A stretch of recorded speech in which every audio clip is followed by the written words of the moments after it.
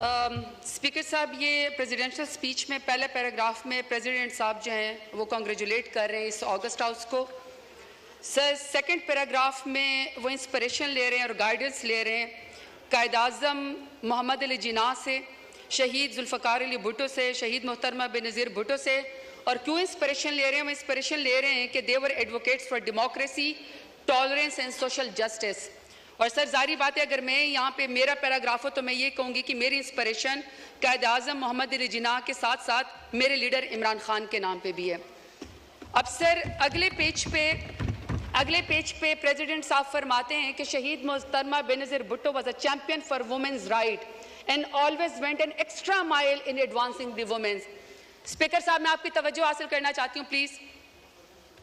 अब सर, ये women empowerment के ऊपर प्रेसिडेंट साहब ने बेनज़ीर भुट्टो साहिबा से इंस्पिरेशन लिए। सर, हम भी कदर करते हैं, लेकिन सर जो हमारे मुल्क के अंदर इस वक्त इशारे हैं, पाकिस्तान में मर्द सियासतदानों को तो छोड़ें, ख़वातीन सियासतदानों के साथ 9 मई के नाम पे और इमरान खान का साथ न छोड़ने के नाम पे सियासत का मुकाबला सियासत से नहीं, सियासत का मुकाबला चादर खींचने से, खुनरेजी करने से और इज्जतों की पामाली से शुरू किया है।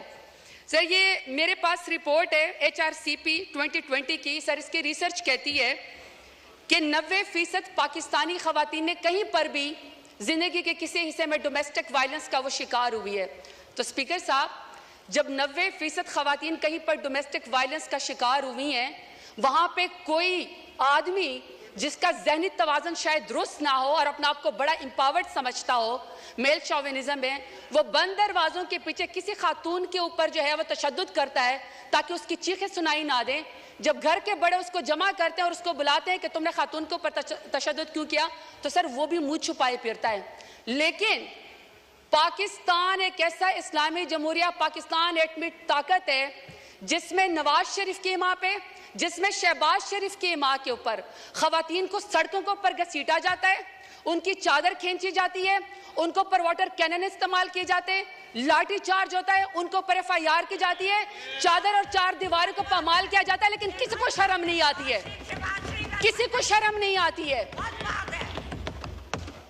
स्पीकर साहब, कहा गया कि जी सियासत में सबका हक है और इसमें लिखा हुआ है कि जी टॉलरेंस होनी चाहिए। अगर टॉलरेंस होनी चाहिए तो स्पीकर साहब, किसी के साथ तो किसी के वालिद साहब, किसी के दादा साहब कोई वजीर थे, पाकिस्तान की खिदमत की थी, कहीं पर किसी का जो है वो पीरी मुरीदी का मामला है, कहीं पर जो है वो किसी वजीर और मुशीर के या किसी का कहता है कि जी मैं फलाने तुमंदार सरदार का बेटा हूं और बेटी हूं। लेकिन स्पीकर साहब, मेरा सवाल है कि अगर मैं NA 185 पे जरताज गुल वजीर डेरा गाजी खान से इलेक्शन लड़ना चाहती हूँ, तो क्या डेरा गाजी खान मेरे लिए नो गो एरिया था कि आप मेरे प्रपोजर और सेकेंडर को भी अगवा करें, आप मेरे घर का मुहासरा करें, जब मैं घर से निकलूं तो आप मेरे ऊपर लाठी चार्ज करें? पूरे डेरा गाजी खान ने देखा कि पूरे डेरा गाजी खान की जितनी भी पुलिस एनफोर्समेंट थी, इंतजामिया थी, वो एक साइड के ऊपर खड़ी थी और मुझे पाकिस्तानी चौक में कॉर्डन ऑफ करके अकेला वहां पे खड़ा किया हुआ था। किसी को शर्म नहीं आई है, किसी को कोई फर्क नहीं वहां पे पड़ा। जब घर से बाहर निकलो तो कहते हैं कि आप NOC दो। कौन से आईन कानून में स्पीकर साहब होता है कि घर से निकलने के लिए आपको NOC चाहिए? बाप दादा ने मस्जिद बनवाई, नमाजियों के ऊपर दरवाजे बंद कर दिए, क्योंकि ये जरताज गुल के घर के सामने जो वो मस्जिद है, वहां पे मार्केट थे तो मार्केट के दरवाजे बंद कर दिए। उन्होंने कहा ईद और चांद रात के ऊपर भी यहाँ पे कोई खरीदो फरोख्त नहीं होगी, क्योंकि शायद ये इस मार्केट में यहाँ पे जरताज गुल रहती है। मेरे खानदान की खवातीन स्पीकर साहब शरई पर्दा करती हैं। 10-10 दफा मेरे घर के ऊपर जब रेड किया गया, दरवाजे तोड़े गए, लाते मार के पुलिस आई, तो वहां के सारे वो बापर्दा खवातीन घर छोड़ के चली गई। तो आप कहते हैं कि आपको सियासत का हक है। मानते हैं हम बेनज़ीर भुट्टो साहिबा की हम इज्जत करते हैं क्योंकि पहले वजीर आजम थी खातून, लेकिन एक दूसरी भी तो है ना, जो टिकटॉकर वजीर आला जो कहती है कि खवातीन मेरी रेड लाइन है। रेड लाइन के बाद आप यहाँ पे कायद-ए-आज़म रहमतुल्लाह अलैह की तस्वीर के सामने मोहतरमा फातिमा जिन्ना का जिक्र करते हैं। शुक्र है स्पीकर साहब, स्पीकर के मोहतरमा फातिमा जिन्ना के जो अपोनेंट थे ना, वो हिंदू थे, वो अंग्रेज थे, वो कुछ तो वजादार थे। यहाँ पे वजादारी का मुझे आलम बताएं, यहाँ पे आप मुझे वजादारी का आलम बताएं स्पीकर साहब। कि कायद-ए-आज़म रहमतुल्लाह अलैह के पाकिस्तान में भी खवातीन को सियासत की इजाजत है। ये अमरियत का जिक्र करते ना, कल को कह रहे थे कि जी किसी को निकाल के आप कब्र से फांसी पे लटका दो, तो मुशर्रफ दौर में सबसे ज्यादा खवातीन को यहाँ पे रिजर्व सीट देगी। बदतरीन अमरियत के अंदर भी खवातीन को सियासत की इजाजत थी। बेनजीर भुट्टो के दौर के अंदर भी खवातीन को सियासत की इजाजत थी। इमरान खान मेरे लीडर की हुकूमत में खवातीन को सियासत की इजाजत थी। सबसे ज्यादा पाकिस्तान की तारीख में अगर काबीना में कोई मिनिस्टर बनी है तो वह इमरान खान के दौर में बनी है। मैं सवाल पूछना चाहती हूँ स्पीकर साहब इनको चुप कराएं।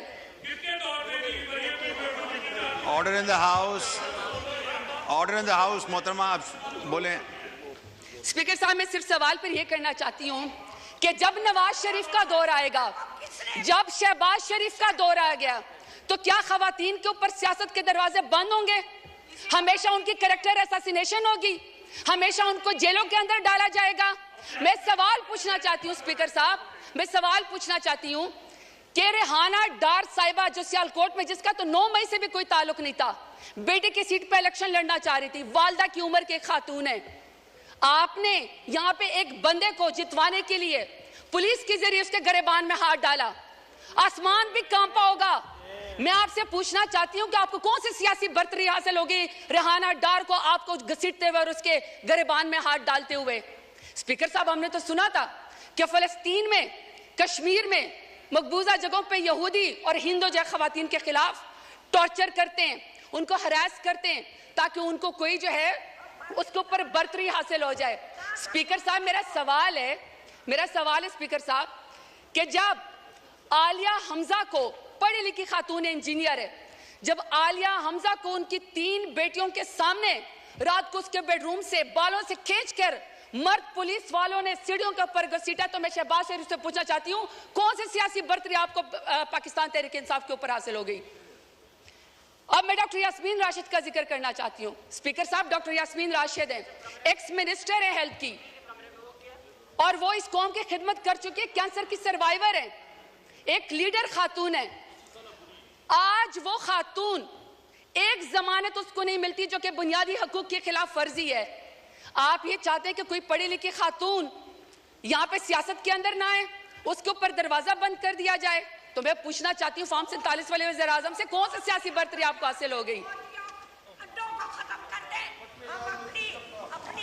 स्पीकर साहब, order in the house please सुने ऑनरेबल मेंबर बोल रही हैं, सुने जी, आप जारी रखें प्लीज। स्पीकर साहब मैं यहाँ पे बुशरा बीबी का जिक्र करना चाहती हूँ। खातून अव्वल रह चुकी हैं, हयादार औरत है, बापर्दा औरत है, लाख इख्तलाफ होगा इनका, लाख इख्तलाफ होगा स्पीकर साहब इनका, शहबाज शरीफ का, नवाज शरीफ का लाख इख्तलाफ हमसे होगा, इमरान खान से नफरत भी होगी, क्योंकि इमरान खान जैसे बहादुर लीडर तो ये है नहीं, तो चलो आपको सियासत में नफरत होगी। स्पीकर साहब मेरा सवाल है कि दुश्मनी में आप इतने गर गए कि आपने निकाह जैसे सुन्नत नबी, आपने उसके अंदर भी हाथ डाल दिया, कोई बापर्दा खातून भी आपके शर से महफूज नहीं रही। तो मैं पूछना चाहती हूँ कि फॉर्म 47 वाले वज़ीर आज़म से कि आपने बापर्दा खातून की इद्दत के निकाह के केस के अंदर भी हाथ डाल के दुश्मनी की नजर करके खवातीन को आपने क्या पैगाम दिया है? तैयबा राजा, सनम जावेद, आयशा भुट्टा, मैं हजारों के नाम लेना चाहती हूँ स्पीकर साहब, वो जेल के अंदर बैठी हुई हैं, वो जेल के अंदर बैठी हुई हैं, और order in the house please, सबने बोलना है, हर कोई अपनी बारी में बोले जी। स्पीकर साहब आलिया हमजा, आयशा भुट्टा, सनम जावेद, इसी तरीके से सर तैयबा राजा, वो पुलिस की कस्टडी में बैठी हुई हैं, और तैयबा राजा कहती हैं कि उनकी वालदा तहज्जुद की नमाज पढ़ रही थी और उनको कोई पुलिस ऑफिसर कोई रेप की वीडियो भेजता है। आपने उस खातून की मां के तहज्जुद के टाइम पे आंसू का कौन हिसाब देगा? ये चाहते हैं कि यहाँ पे सियासत हो खवातीन की, ये लंबरदार है खवातीन की सियासत के, ये कमेटी बनाएंगे सियासत खवातीन की। मुझे बताएं स्पीकर साहब, जो वजीर आजम, जो नून लीग 14 शहीदों का खून करके खवातीन के सर से चादर उतार के कुर्सी के ऊपर बैठी हो तो मैं बताना चाहता हूँ, न तुम्हारी कुर्सी रहेगी न तुम्हारी बेटियों के सर के ऊपर चादर रहेगी, क्योंकि बेटियां सांझी होती हैं, इज्जत सबकी होती है। ये स्पीकर साहब मैं आपको जरा फैक्ट्स एंड फिगर बताना चाहती हूँ।